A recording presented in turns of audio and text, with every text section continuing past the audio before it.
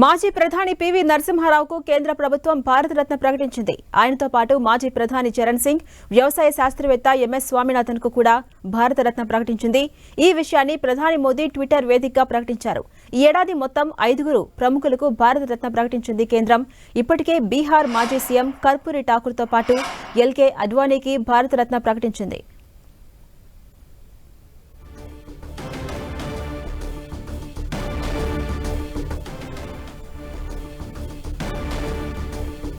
PV పూర్తి పేరు Pamulaparthi Venkata Narasimha Rao. 1921 June 28న Warangal జిల్లా నర్సంపేట మండలం లక్నేపల్లిలో రుక్మాబాయి సీతారామారావు దంపతులకు జన్మించారు. ఉమ్మడి కరీంనగర్ జిల్లా భీమదేవరపల్లి మండలం వంగరకు చెందిన పాములపర్తి రంగారావు పివిని దత్తత తీసుకున్నారు. హైదరాబాద్ రాష్ట్ర కాంగ్రెస్లో పివి తన రాజకీయ ప్రస్థానం ప్రారంభించారు. భారత స్వాతంత్ర ఉద్యమంలో పివి చురుగ్గా పాల్గొన్నారు. ఉస్మానియా యూనివర్సిటీలో విద్యాభ్యాసం చేస్తున్న సమయంలో ఆయన్ను అధికారులు బహిష్కరించారు. దీంతో నాగ్పూర్ వెళ్లి 1940 నుంచి 44 వరకు ఎల్ఎల్బీ చదువుకున్నారు పివి. 1957లో ఎమ్మెల్యేగా రాజకీయ జీవితం ప్రారంభించిన పివి నరసింహారావు మంత్రిగా, సీఎంగా, కేంద్ర మంత్రిగా, ప్రధానిగా పలు కీలక పదవులు చేపట్టారు. ప్రధానిగా ఉన్న సమయంలో భారత ఆర్థిక రంగంలో విప్లవాత్మక మార్పులు తీసుకొచ్చిన ఘనత పివికి సొంతం. మంథన్ నియోజకవర్గం నుంచి పివి 4 సార్లు ఎమ్మెల్యేగా ఎన్నికయ్యారు. 1962 నుంచి 1964 వరకు న్యాయ సమాచార శాఖ మంత్రిగా, 1964 నుంచి 67 వరకు న్యాయ దేవాదాయ శాఖ మంత్రిగా, 1967లో వైద్యారోగ్య శాఖ మంత్రి, 1968 నుంచి 71 మధ్య న్యాయ సమాచార శాఖ మంత్రి పదవులు చేపట్టారు. 1991 నుంచి 96 వరకు కాంగ్రెస్ అధ్యక్షునిగా పివి వ్యవహరించారు.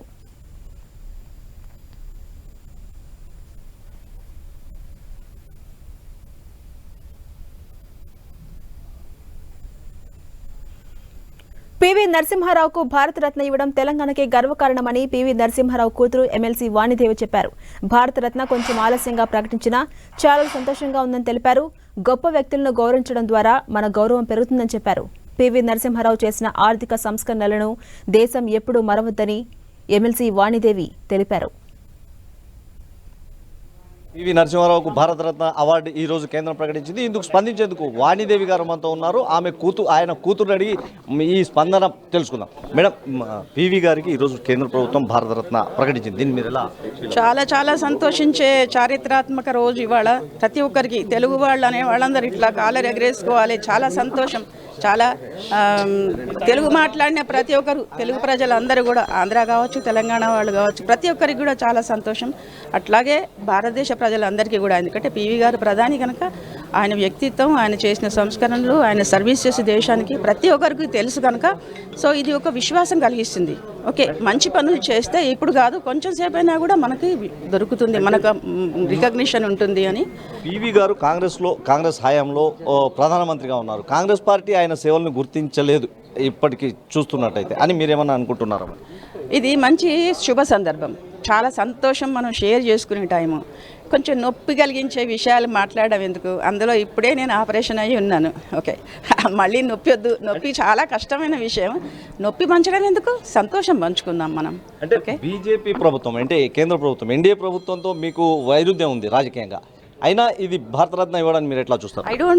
మా తండ్రి నుంచి మేము నేర్చుకున్నది ఏంటంటే శత్రువులు ఎవరు లేరు, ఆయన అజాత శత్రువు. ఆయన ఏ పార్టీ వాళ్ళైనా ఆయనను ఒక మాట అనేవాళ్ళు కాదు. ఎవరన్నా అంటుంటే కూడా అసలు అనేవాళ్లే కాదు, అసలు శత్రువుల అజాత శత్రువు. అట్లాగే అదే మేము నేర్చుకున్నాం.